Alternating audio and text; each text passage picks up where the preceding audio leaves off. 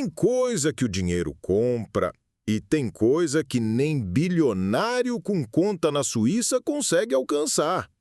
E eu falo isso com a experiência de quem já viu muito rico tropeçar no próprio ego e muito mendigo brilhar onde ninguém esperava. Essa história começa numa noite abafada de quinta-feira, num restaurante caro, onde até o sal parece vir importado da França. A elite da cidade estava toda lá. Risada falsa, taça tilintando, celular em cima da mesa para mostrar que o importante não espera. E foi ali, bem no meio daquele cenário de ostentação, que entrou um sujeito descalço. Cabelo emaranhado, tele marcada pelo sol e uma sacola pendurada no ombro com mais histórias do que moedas. "Ô, moço, tem um restinho de comida aí?" Ele perguntou, com voz mansa, quase sussurrada. A reação foi aquela que você já imagina. Caretas, cochichos, segurança se aproximando. Mas aí entra o tal do Eduardo Amaral. Empresário do ramo de imóveis, dono de 3 mansões, 6 carros de luxo e 0 paciência para a humildade. Ele se levanta com aquele ar de superioridade que só quem nunca passou fome consegue ter e solta em voz alta: "Quer comida? Então canta pra gente, artista de calçada! Faz valer o espetáculo!" O silêncio caiu como pedra. Alguns riram, achando que era só piada de mau gosto. Outros só observaram, com aquele olhar de "não se mete". O mendigo hesitou, olhou para os lados. Dava para ver que ele queria sair correndo, desaparecer. Mas alguma coisa nele mudou. Endireitou a postura, engoliu seco e respondeu: "Se é para cantar, então eu vou cantar." E ali no meio das taças, dos relógios caros e dos corações frios, ele abriu a boca. E o que saiu dali não era uma voz comum. Era uma dor antiga, uma saudade escondida, uma beleza que cortava no meio. O salão parou, a conversa morreu, a arrogância murchou. Até o garçom parou de andar. E eu te digo, aquela voz não era só voz, era grito engolido, era fome transformada em nota, era abandono virando arte. E quando ele terminou, o Eduardo não tinha mais piada, só um olho marejado que ele tentava esconder com um sorriso torto. Mas já era tarde, a vergonha já tinha sentado à mesa. Se você é dos que gosta de história boa, cheia de reviravolta, emoção e verdade, já deixa seu curtir aí e se inscreve, senão vai perder o resto desse caos contado direto do coração. Eu sempre digo, o pior tipo de solidão não é estar sozinho, é estar cercado de gente e mesmo assim ninguém te enxergar. O nome dele era Jonas. Mas naquela cidade, todo mundo só chamava de o mendigo da pracinha. Ninguém sabia a história dele, nem se importava em saber. Jonas dormia debaixo da marquise do Teatro Municipal, entre jornais velhos, latas de refrigerante amassadas e lembranças que ninguém queria ouvir. Durante o dia vendia artesanato feito com fio de cobre. À noite tentava cantar nos becos, mas a maioria das pessoas só passava reto, como quem desvia de um buraco na calçada. E sabe o que é mais cruel? Ele já teve casa, já teve família, já teve palco. Mas o palco virou rua. O público, multidão indiferente. E a música, bem, essa nunca o abandonou. O que ninguém sabia e o que o tal do Eduardo jamais imaginava era que aquele mendigo já tinha sido um dos tenores promissores da Orquestra Jovem do Estado. Mas a vida tem o dom de virar as páginas sem avisar. Quando a esposa de Jonas morreu num acidente, ele perdeu o prumo. Afundou na tristeza, largou o emprego, rompeu com os sogros e sumiu. O luto é uma coisa silenciosa e às vezes explode para dentro. Anos passaram e Jonas virou estatística. Mais um rosto entre tantos outros ignorados nas esquinas. Até aquele dia. Até aquela humilhação travestida de brincadeira no restaurante. O canto dele naquele salão luxuoso não foi só bonito, não. Foi profundo. Aquelas notas vinham de um lugar onde o orgulho e a dor dançam abraçados. E o impacto foi imediato. Teve gente que começou a aplaudir, outros, só constrangidos, abaixaram a cabeça. Mas uma pessoa em especial ficou imóvel. Uma senhora de vestido verde esmeralda, sentada próxima da janela. Ela tremia. Segurava um colar no peito com tanta força que parecia tentar segurar o próprio coração. Não pode ser, ela sussurrou. Ninguém notou. Só o garçom que servia água viu quando ela deixou a taça cair. E aí, meu amigo, que o mistério começou a nascer. Quem era aquela mulher? Por que ela ficou tão abalada? E mais importante, o que ela sabia sobre Jonas? A voz dele não só emocionou, ela despertou fantasmas. E como eu sempre digo, fantasma bom é aquele que aparece antes que a mentira vire herança. Dizem que quem carrega a culpa não precisa de algema. Basta um rosto do passado para deixar a alma em prantos. A mulher de vestido verde esmeralda se chamava Beatriz Teles, viúva de um juiz aposentado, frequentadora dos salões mais finos da cidade e, até aquele dia, conhecida por sua frieza elegante. Mas, ao ouvir Jonas cantar, algo nela quebrou. Não foi só a taça de cristal que estourou no chão, foi o passado que rompeu as costuras do presente. Enquanto todos olhavam para o mendigo como quem vê um espetáculo inusitado, Beatriz via um segredo antigo renascendo com cada nota. Ela levantou da mesa como quem carrega chumbo nas pernas. Foi em direção ao banheiro, cambaleando, com o rosto pálido e os olhos arregalados. «Dona Beatriz, tá tudo bem?» perguntou o garçom, preocupado. Ela balançou a cabeça afirmando, mas a mão trêmula entregava o contrário. Dentro do toalete, trancou a porta, se encostou na parede e respirou fundo. Do bolso da bolsa, tirou uma foto amarelada. Nela, 2 jovens, ela mesma, muitos anos mais nova, e Jonas, com um violão no colo e um sorriso tímido no rosto. Era ele.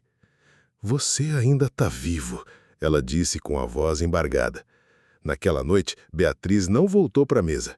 Pediu o carro e foi embora, mas não sem antes deixar uma gorjeta alta para o garçom e um bilhete rabiscado em papel de guardanapo.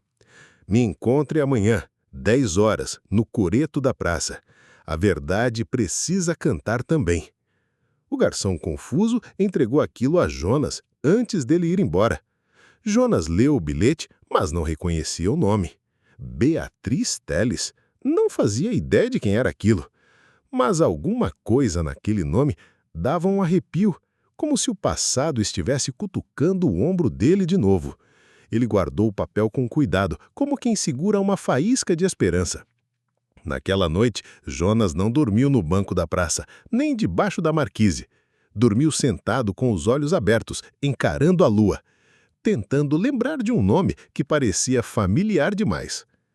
E eu te pergunto, o que será que une um cantor de rua e uma dama da alta sociedade?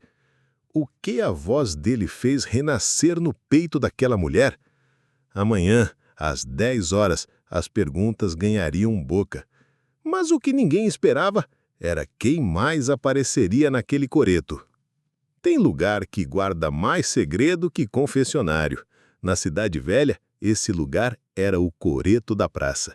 Ali já teve banda tocando em festa de casamento, discurso de político mentiroso, até pedido de namoro com fogos. Mas naquele dia, foi o silêncio que gritou mais alto. Jonas chegou cedo. Estava com a roupa menos rasgada que tinha, o cabelo penteado com as mãos e o olhar inquieto. O sol da manhã batia de lado, revelando as rugas marcadas e os olhos fundos de quem já chorou mais do que dormiu. 10 horas. Nada. 10h10. A praça seguia com sua rotina, criança correndo, vendedor de pipoca assobiando, idoso alimentando pombo. 10h15. E então, ela apareceu. Beatriz vinha com passos lentos, chapéu discreto, óculos escuros. Mas nem toda a maquiagem do mundo conseguiria esconder a angústia na boca trêmula. Você não me lembra, né? Ela começou. Jonas, educado, balançou a cabeça em negativa. Desculpa, senhora, não estou reconhecendo. Ela tirou os óculos, revelando os olhos marejados. Eu te conheci antes da queda, antes da dor, quando a sua voz ainda era seu sustento e não sua cicatriz. Jonas deu um passo para trás. A senhora me conhecia de onde? Ela abriu a bolsa e tirou uma segunda foto. Era um cartaz antigo de show de barzinho. Jonas e Luana, voz e violão. Aquela foto era um soco no estômago. Luana. O nome que ele não ouvia fazia 20 anos. O nome que ele repetia em sonho, sem saber se era saudade ou delírio. Ela era minha filha, Beatriz disse com a voz embargada. Você foi o grande amor dela. Jonas congelou.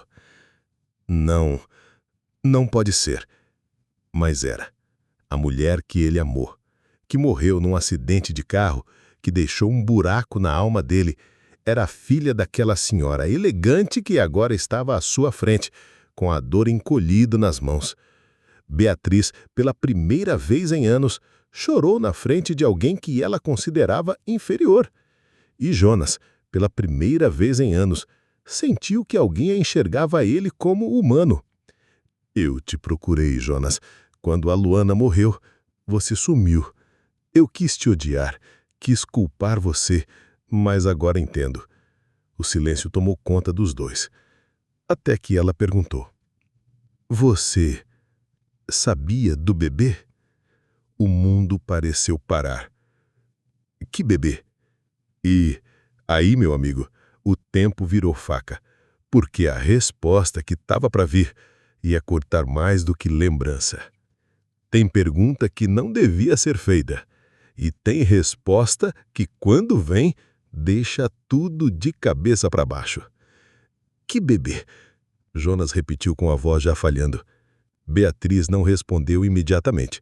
Olhou para o chão, mordeu os lábios e, quando voltou a encarar Jonas, parecia uma outra pessoa. Menos elegante, menos orgulhosa, mais mãe. Luana estava grávida quando morreu. O mundo de Jonas escureceu por um instante. Os barulhos da praça sumiram. A respiração ficou curta. De quê? Ela ia te contar no dia seguinte. Já tinha até comprado um sapatinho azul. Jonas cambaleou, sentou no banco do coreto e botou as mãos no rosto.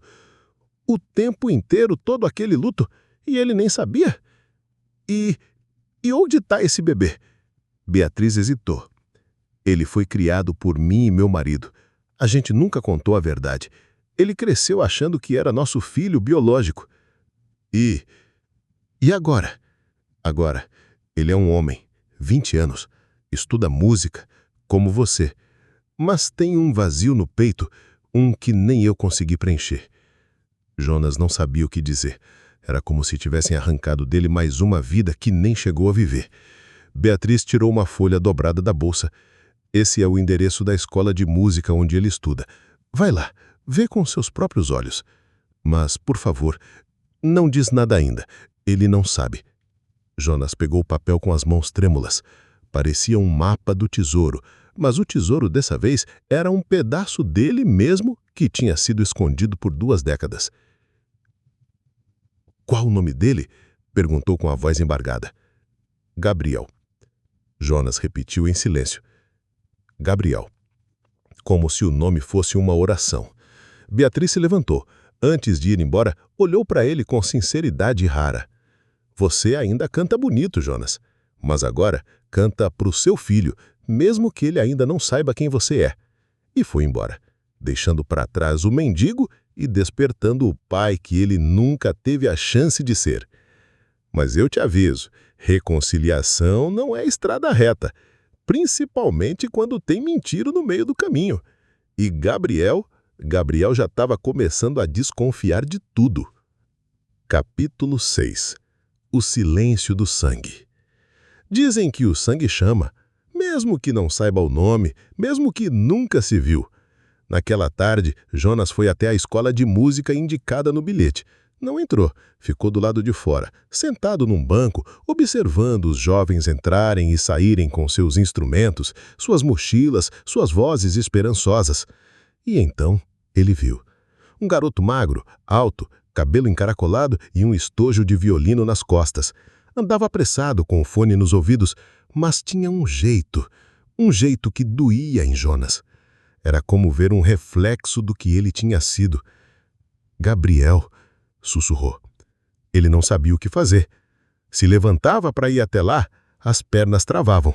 Se ficava, o coração queria sair pela boca. Gabriel foi e entrou na escola.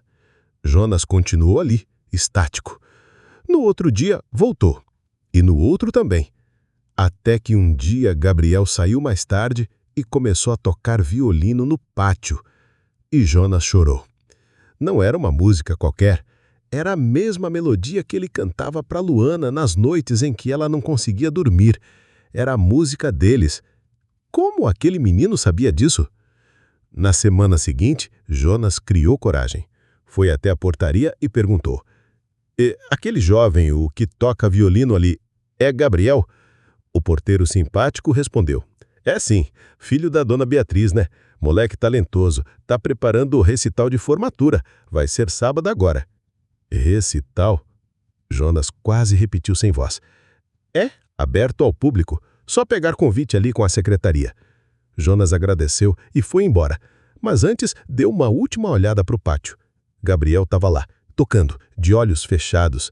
E por um momento, Jonas jurou que o menino sorriu do nada.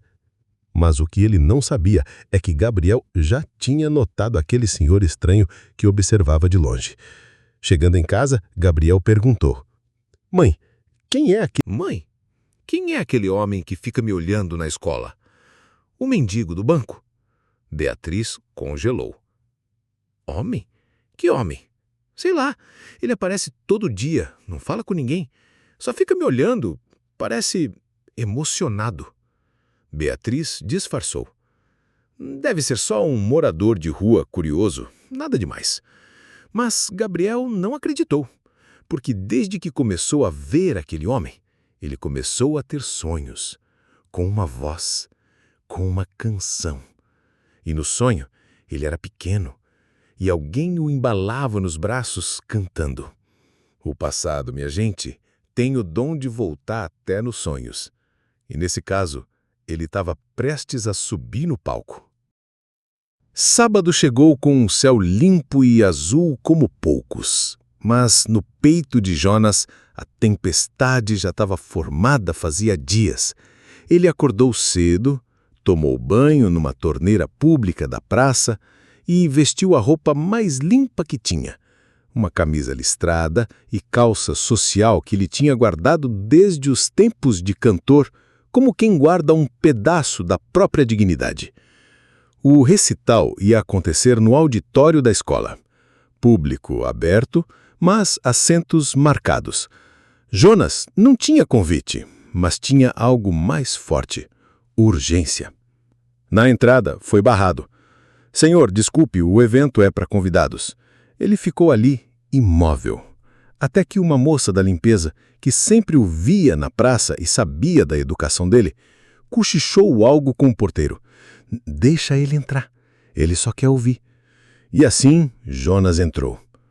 Sentou-se ao fundo, no último banco, quase invisível. O auditório estava cheio. Pais, amigos, professores. Beatriz também estava lá. Elegante, mas tensa, com o olhar perdido e o coração apertado. O mestre de cerimônias subiu ao palco. E agora, senhoras e senhores, com vocês, Gabriel Teles, aluno de destaque da nossa turma de violino clássico. Palmas, luzes e então, silêncio.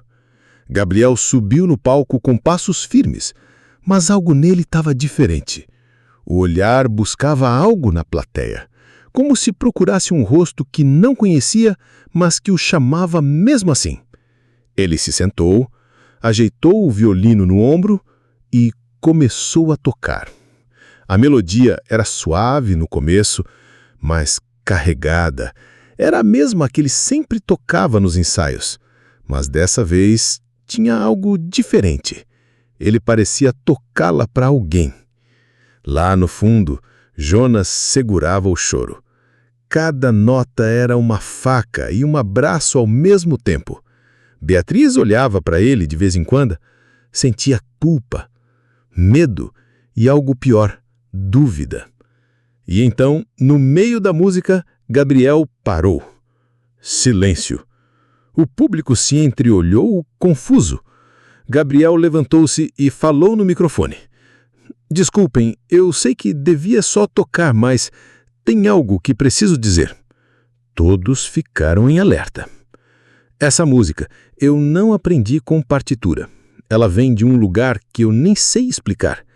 Eu ouço ela em sonhos, desde criança, como se alguém me embalasse e cantasse para mim. Beatriz ficou pálida. E nos sonhos, eu comecei a sentir que tem alguém me observando. Alguém que sabe quem eu sou, mais do que eu mesmo sei. O público prendeu a respiração. Eu não sei porquê, mas eu acho que essa pessoa está aqui. Jonas engoliu seco, fechou os olhos. Gabriel olhou para a plateia, direto para o fundo. Se o senhor que me observa, se o senhor está aqui, por favor, só me diga, por que eu sinto que a sua tristeza também é minha? E o auditório parou, porque naquele momento, sem nome, sem DNA, sem sobrenome, 2 corações se reconheceram. Tem verdade que não precisa ser dita em voz alta. Ela escorre pelo olhar, treme na boca e explode no silêncio. Jonas se levantou, lentamente, como quem carrega o peso de 20 anos nas costas. O auditório todo virou os olhos para ele, uns com desdenho, outros com curiosidade. Gabriel ficou parado no palco, com o arco em punho, com a respiração presa. Jonas deu 2 passos à frente. Beatriz, no meio da plateia, sussurrou: "Não!" Mas já era tarde. O homem que o mundo chamava de mendigo agora caminhava como pai. Mesmo que com medo, mesmo que sem direito. Parou na frente da plateia. Pigarreou. A voz saiu rouca. Essa música não nasceu de sonho. Ela nasceu de dor. Eu compus ela numa noite em que perdi o amor da minha vida. Silêncio total. Ela se chamava Luana. E ela estava grávida. Eu não sabia. Eu sumi, me perdi, morri em vida, mas nesses últimos dias reencontrei um pedaço de mim que pensei ter sido enterrado com ela. Beatriz se levantou, lágrimas nos olhos, mas ainda tentando controlar. Chega, Jonas, por favor. Ele olhou com dor e ternura. Não, agora é hora. Virou-se para Gabriel. O nome dela era Luana. E eu sou Jonas. E mesmo que o mundo todo duvide, mesmo que você me odeie por não estar, mesmo que seja tarde, fez uma pausa. Você é meu filho. A frase caiu no auditório como raio. Alguns riram de nervoso, outros se indignaram. Isso é loucura! Um homem gritou. Tá inventando isso para ganhar dinheiro, disse outra mulher. Mas Gabriel não disse nada. Só ficou parado. O arco do violino tremia em sua mão, o rosto branco como papel. E então ele deu um passo para frente. Mais um. Desceu do palco. Andou até Jonas. Ficaram frente a frente. Por que agora? Por que aparecer agora? Porque agora eu consegui levantar da lama onde eu mesmo me joguei. Jonas estendeu a mão. Não quero te roubar da sua vida, nem da sua mãe. Só quero que você saiba que eu existo e que nunca foi por escolha. Gabriel olhou para a mão estendida. Pensou. Olhou para Beatriz. Ela chorava. Ele respirou fundo e abraçou o homem. O auditório todo se calou. Alguns aplaudiram devagar, outros choraram sem entender por quê. Mas ali, naquele abraço, a música teve fim. Só que o fim de uma canção é o começo de outra. E a elite daquela cidade não ia deixar barato, não. A notícia se espalhou e o nome de Jonas foi parar nos jornais. Tem coisa que machuca mais que tapa na cara. É o sussurro por trás, o riso de canto de boca, o olhar que corta feito navalha. Depois do recital, a história de Jonas e Gabriel se espalhou feito incêndio em mato seco.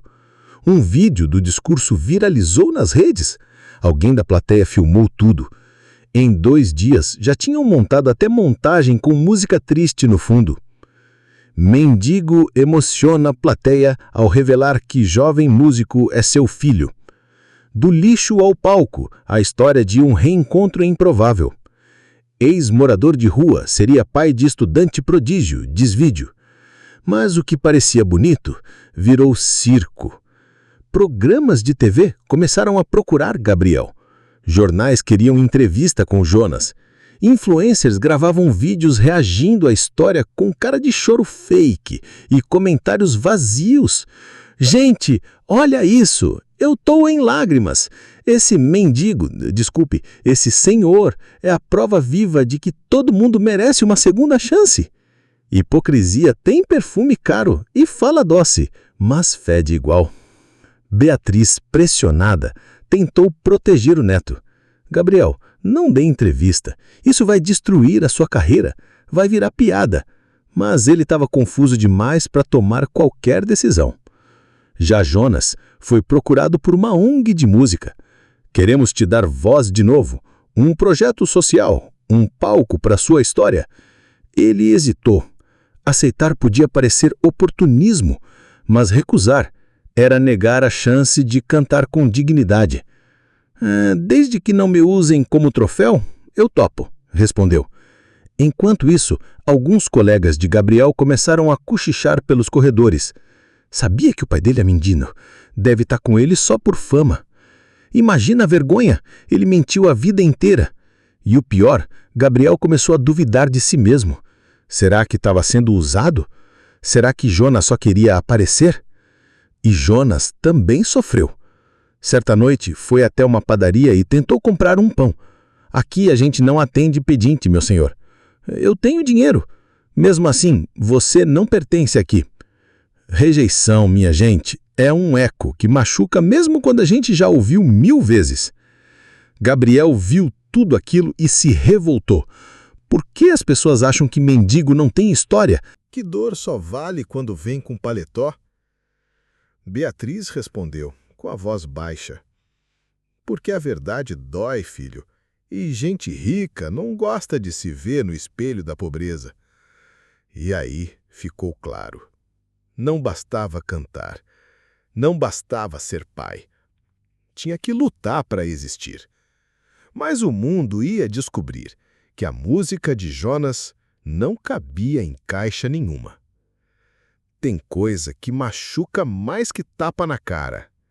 É o sussurro por trás, o riso de canto de boca, o olhar que corta feito navalha. Depois do recital, a história de Jonas e Gabriel se espalhou feito incêndio em mato seco. Um vídeo do discurso viralizou nas redes. Alguém da plateia filmou tudo. Em 2 dias, já tinham montado até montagem com música triste de fundo.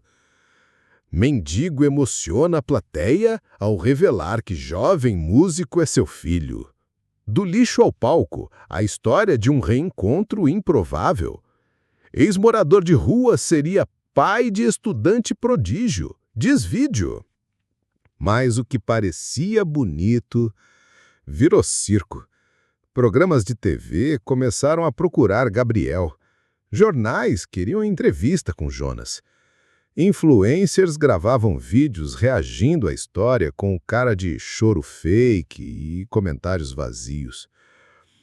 Gente, olha isso, eu tô em lágrimas. Esse mendigo, desculpa, esse senhor é a prova viva de que todo mundo merece uma segunda chance. Hipocrisia tem perfume caro e fala doce, mas fede igual. Beatriz, pressionada, tentou proteger o neto. Gabriel, não dê entrevista, isso vai destruir sua carreira, vai virar piada. Mas ele estava confuso demais para tomar qualquer decisão. Já Jonas foi procurado por uma ONG de música. Queremos te dar voz de novo, um projeto social, um palco para sua história. Ele hesitou. Aceitar podia parecer oportunismo, mas recusar era negar a chance de cantar com dignidade. Desde que não me usem como troféu, eu topo, respondeu. Enquanto isso, alguns colegas de Gabriel começaram a cochichar pelos corredores. Sabia que o pai dele é mendigo? Deve estar com ele só por fama. Imagina a vergonha. Ele mentiu a vida inteira. E o pior, Gabriel começou a duvidar de si mesmo. Será que estava sendo usado? Será que Jonas só queria aparecer? E Jonas também sofreu. Certa noite, foi até uma padaria e tentou comprar um pão. Aqui a gente não atende pedinte, meu senhor. Eu tenho dinheiro, disse ele tirando algumas moedas. Mesmo assim, você não pertence aqui. Rejeição, minha gente. É um eco que machuca mesmo quando a gente já ouviu 1000 vezes. Gabriel viu tudo aquilo e se revoltou. Por que as pessoas acham que mendigo não tem história? Que dor só vale quando vem com paletó? Beatriz respondeu, com a voz baixa. Porque a verdade dói, filho, e gente rica não gosta de se ver no espelho da pobreza. E aí ficou claro. Não bastava cantar, não bastava ser pai. Tinha que lutar para existir. Mas o mundo ia descobrir que a música de Jonas não cabia em caixa nenhuma. Tem coisa que machuca mais que tapa na cara. É o sussurro por trás, o riso de canto de boca, o olhar que corta feito navalha. Depois do recital, a história de Jonas e Gabriel se espalhou feito incêndio em mato seco. Um vídeo do discurso viralizou nas redes. Alguém da plateia filmou tudo. Em 2 dias, já tinham montado até montagem com música triste de fundo. Mendigo emociona a plateia ao revelar que jovem músico é seu filho. Do lixo ao palco, a história de um reencontro improvável. Ex-morador de rua seria pai de estudante prodígio, diz vídeo. Mas o que parecia bonito virou circo. Programas de TV começaram a procurar Gabriel, jornais queriam entrevista com Jonas, influencers gravavam vídeos reagindo à história com cara de choro fake e comentários vazios. Gente, olha isso, eu tô em lágrimas. Esse mendigo, desculpa, esse senhor, é a prova viva de que todo mundo merece uma segunda chance. Hipocrisia tem perfume caro e fala doce, mas fede igual. Beatriz, pressionada, tentou proteger o neto. Gabriel, não dê entrevista, isso vai destruir sua carreira, vai virar piada.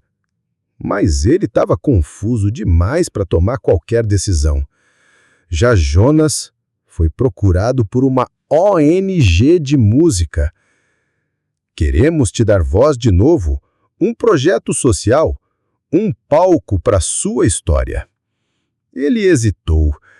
Aceitar podia parecer oportunismo, mas recusar era negar a chance de cantar com dignidade.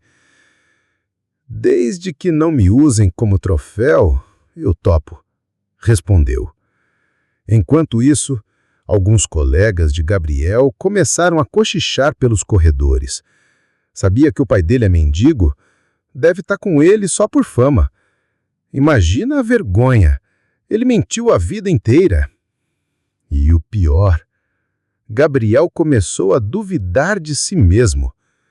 Será que estava sendo usado? Será que Jonas só queria aparecer? E Jonas também sofreu. Certa noite, foi até uma padaria e tentou comprar um pão. Aqui a gente não atende pedinte, meu senhor. Eu tenho dinheiro, disse ele tirando algumas moedas. Mesmo assim, você não pertence aqui. Rejeição, minha gente. É um eco que machuca mesmo quando a gente já ouviu 1000 vezes. Gabriel viu tudo aquilo e se revoltou. Por que as pessoas acham que mendigo não tem história? Que dor só vale quando vem com paletó? Beatriz respondeu com a voz baixa. Porque a verdade dói, filho. E gente rica não gosta de se ver no espelho da pobreza. E aí ficou claro. Não bastava cantar. Não bastava ser pai. Tinha que lutar para existir. Mas o mundo ia descobrir que a música de Jonas não cabia em caixa nenhuma. Tem idade para tudo nessa vida, menos para coragem. Coragem não tem tempo certo. Ela aparece quando o coração já não aguenta mais abaixar a cabeça. Gabriel passou 3 dias trancado no quarto, sem redes sociais, sem responder mensagem, sem sair nem para comer direito. Beatriz batia na porta. Filho, você precisa se pronunciar. Estão criando versões, dizendo que esse homem não é seu pai, que é tudo armação. Silêncio. Gabriel, por favor. Mas ele não respondia. Até que no 4º dia, saiu. Calmo. Rosto firme, olhos vermelhos, não de raiva, mas de decisão. Mãe, eu quero te agradecer por tudo que fez.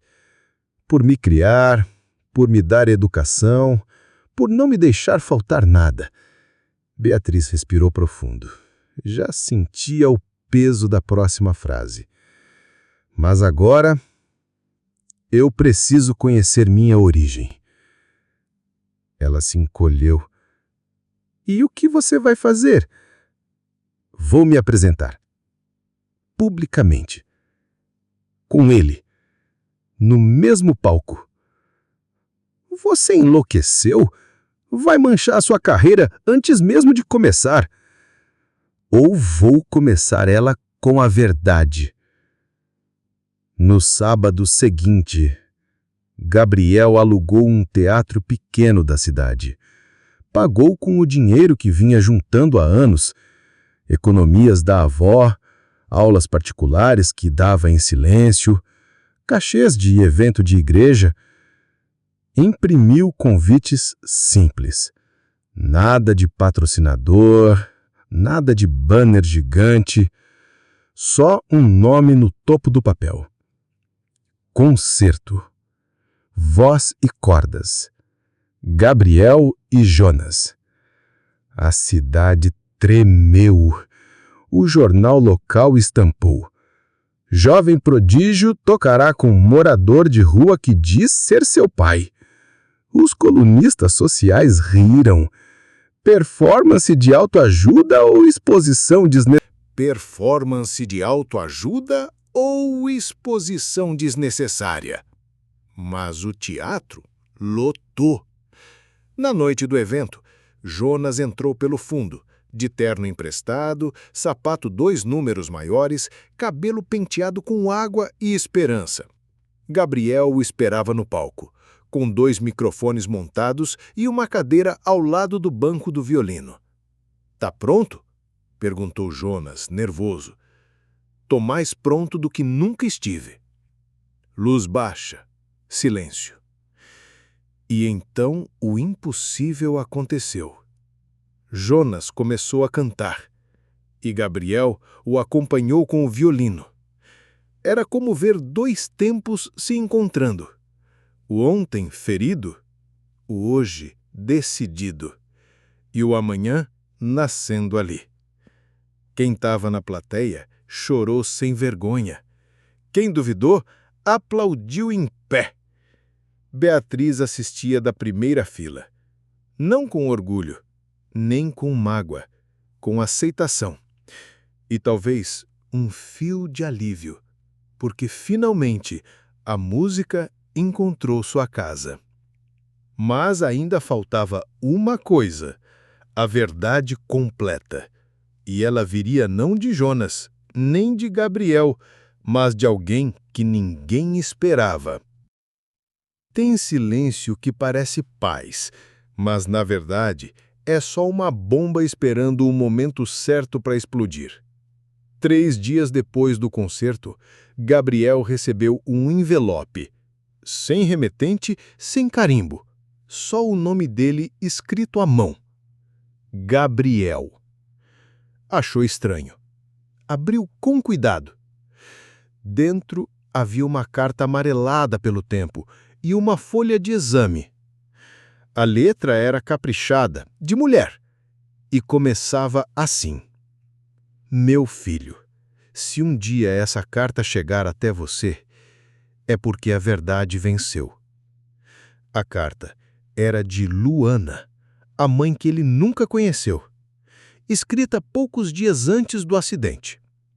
"Gabriel, você ainda está na minha barriga enquanto eu escrevo isso, mas eu sinto que preciso deixar registrado, porque talvez o destino me pregue uma peça. O mundo onde você vai crescer é cruel, e eu tenho medo de que apaguem a história de onde você veio."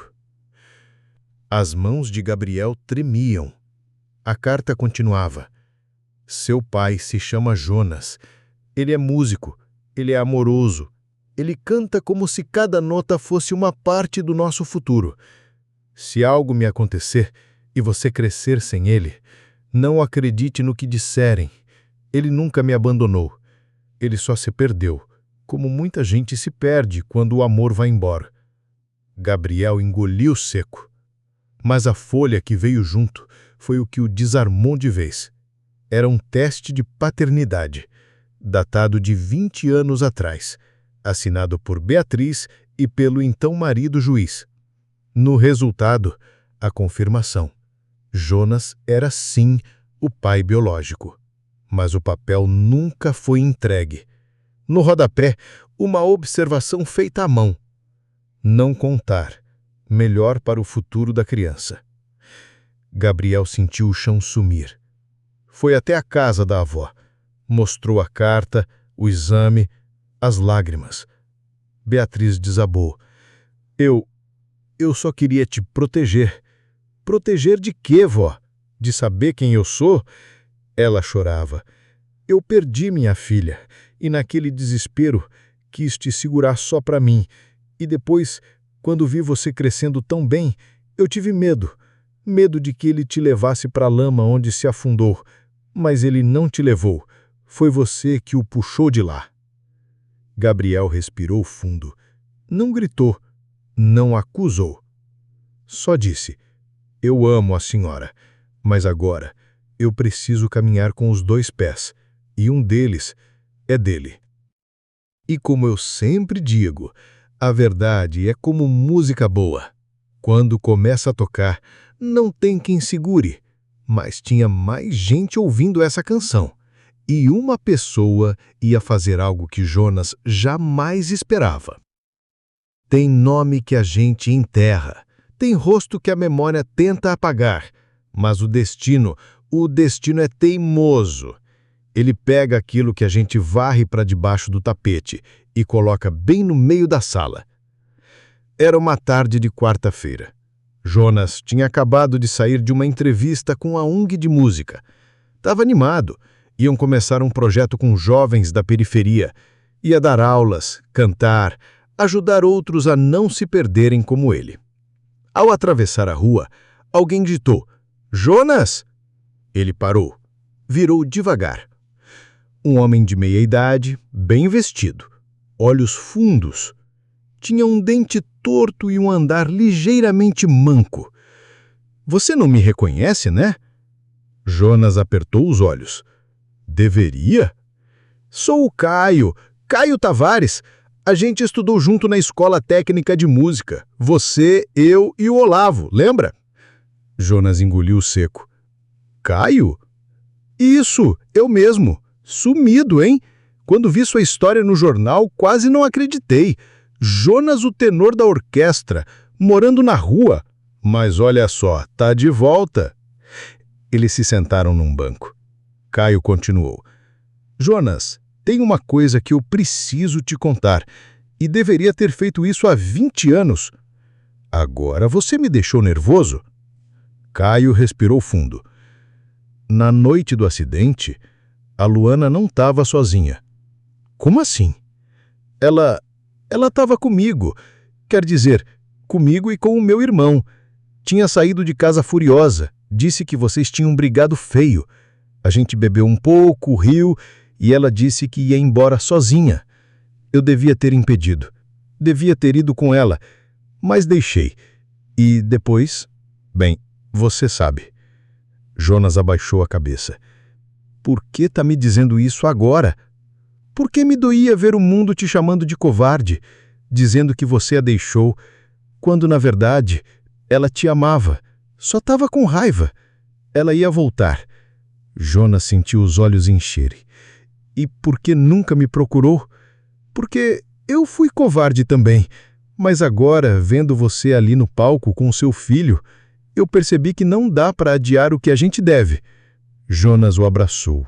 Dois homens que o mundo esqueceu, dois arrependidos demais, mas ainda há tempo de se perdoar. E essa notícia do reencontro chegou nos ouvidos de Beatriz, e pela primeira vez ela entendeu. Jonas não foi o erro foi silenciar a dor. Mas ainda faltava um ato final, porque Gabriel tinha um plano, um que ia mudar a vida de Jonas para sempre. Tem palco que é feito de madeira. Tem palco que é feito de alma. E Jonas estava prestes a subir no maior de todos, sem imaginar. Gabriel bateu na porta da ONG numa manhã nublada, segurando um envelope simples nas mãos. "Pai, preciso te mostrar uma coisa."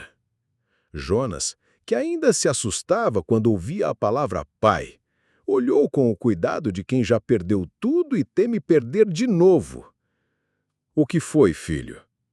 Gabriel entregou o envelope. "Fui selecionado para me apresentar com a Orquestra Nacional. Turnê em 3 cidades e eu podia escolher um acompanhante artístico."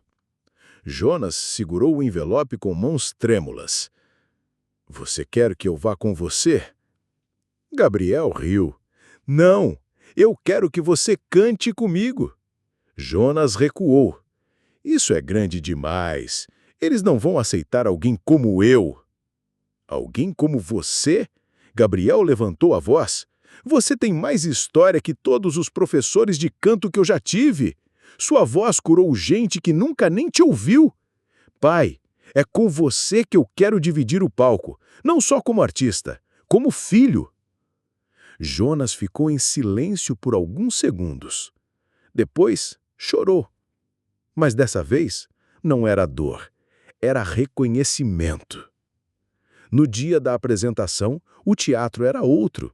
Luxuoso, plateia cheia de autoridades, artistas, críticos, jornalistas.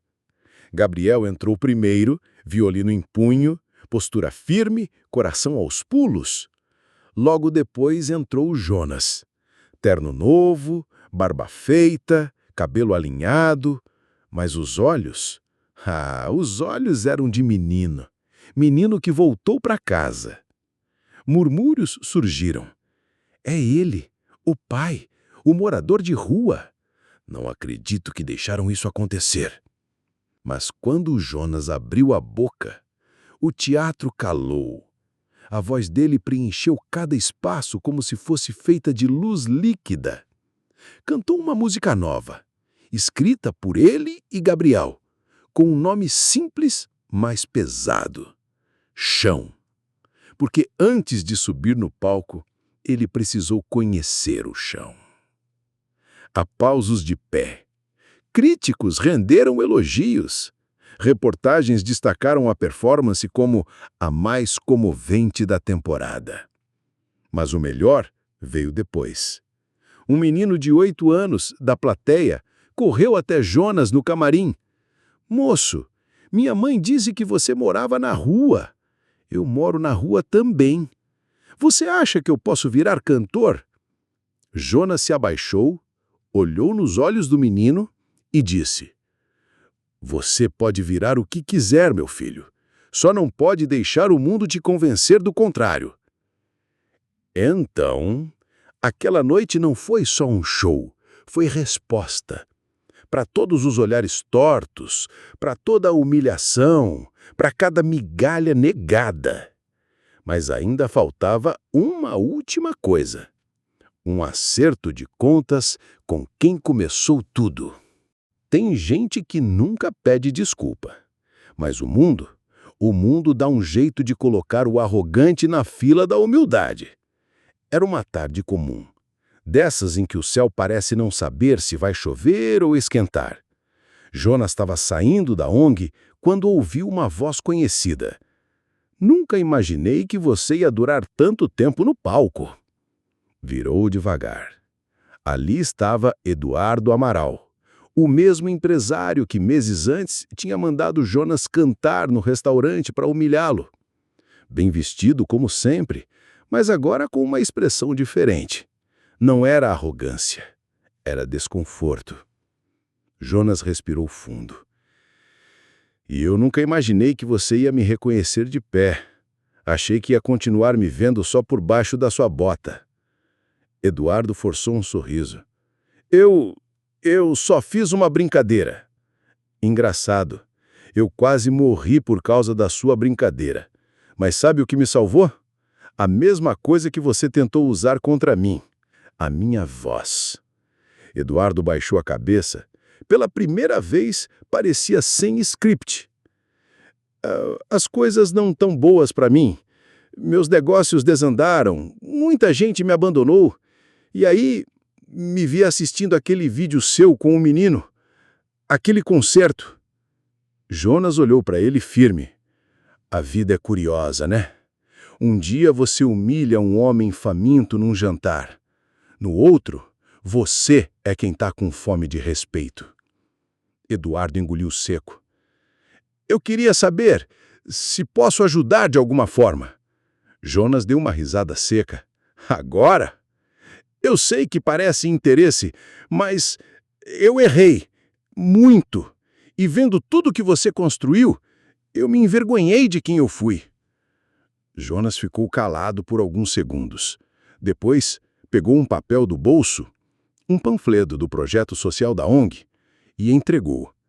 Quer ajudar? Vai lá. Não precisa de dinheiro, precisa de presença. Eduardo pegou o papel surpreso. Você confia em mim? Não, mas eu confio na vida. E ela anda ensinando melhor que muita faculdade por aí. Eles se despediram com um aperto de mão, sem perdão declarado, sem reconciliação forçada, só como algo mais raro: consciência. E naquela noite, Jonas foi até o antigo restaurante, o mesmo onde tudo começou. Ficou parado do lado de fora, observando os casais entrando, os garçons servindo, os risos vazios, e então sorriu, porque agora ele sabia. O palco dele era maior que aquele salão, e a plateia era o mundo. Mas ainda falta o último acorde, o encerramento, a frase que fica. No fim das contas, não foi a fama, não foi o palco, não foi o aplauso. O que salvou Jonas foi o reconhecimento. O olhar do filho, o abraço que não exigiu desculpa, a nota musical que saiu limpa, mesmo depois de tantos anos de poeira e lama. Hoje, quem passa pela antiga pracinha onde Jonas dormia, encontra um coreto reformado. No chão, uma plaquinha simples, escrita à mão, com letras de ferro. Aqui cantou um homem que o mundo tentou calar, mas a música dele era maior. Jonas não mora mais na rua, mas também não foi morar em palácio. Preferiu um cantinho simples nos fundos da escola de música. Tem um fogão de 2 bocas, uma estante com partituras velhas e uma cadeira vazia que ele jura guardar para o dia em que a Luana vier visitá-lo em sonho. Gabriel segue a carreira. Turnés, projetos sociais, entrevistas, mas nunca sem citar o pai. Ele é minha raiz, a voz que me embalou mesmo quando eu nem sabia que era dele. E Beatriz? Bom, Beatriz aprendeu a amar de outro jeito, do jeito que não controla, que não manda, que aceita. Hoje ela é voluntária na ONG, serve café, dobra roupas, ensina a etiqueta, mas acima de tudo, escuta histórias. Diz que é uma forma de se redimir, de não calar mais ninguém. E Eduardo Amaral? Tá lá. Toda terça dá palestra sobre arrogância e queda. Sim, ele mesmo. Quem diria? E Jonas? Jonas continua cantando. Mas agora não é para comer. É para curar. Para ensinar. Para lembrar que ninguém nasceu invisível. Porque no fundo, meu filho, tem gente que o mundo chama de mendigo, mas que carrega mais nobreza na alma do que muito milionário de terno engomado. Gente que só precisava de um microfone, de um olhar, de uma chance. E agora que você ouviu esse caos até o fim, me diz aí, quantas vozes você já calou só porque não estavam no tom que você esperava? Pensa nisso. E se essa história te tocou, comenta aqui embaixo o que mais te emocionou. Deixa seu curtir para fortalecer esse canal e se inscreve que semana que vem tem mais história de arrepiar com o seu velho de guerra, Vovô Rico. Até a próxima!